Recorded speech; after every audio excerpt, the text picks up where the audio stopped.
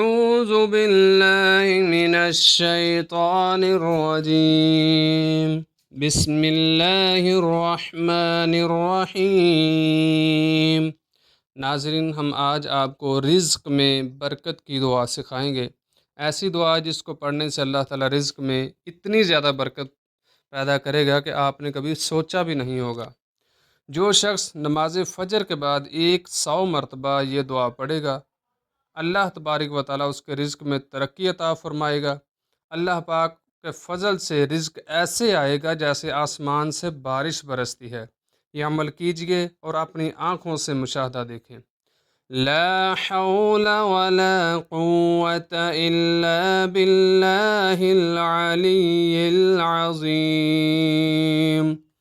لا حول ولا قوة إلا بالله العلي العظيم۔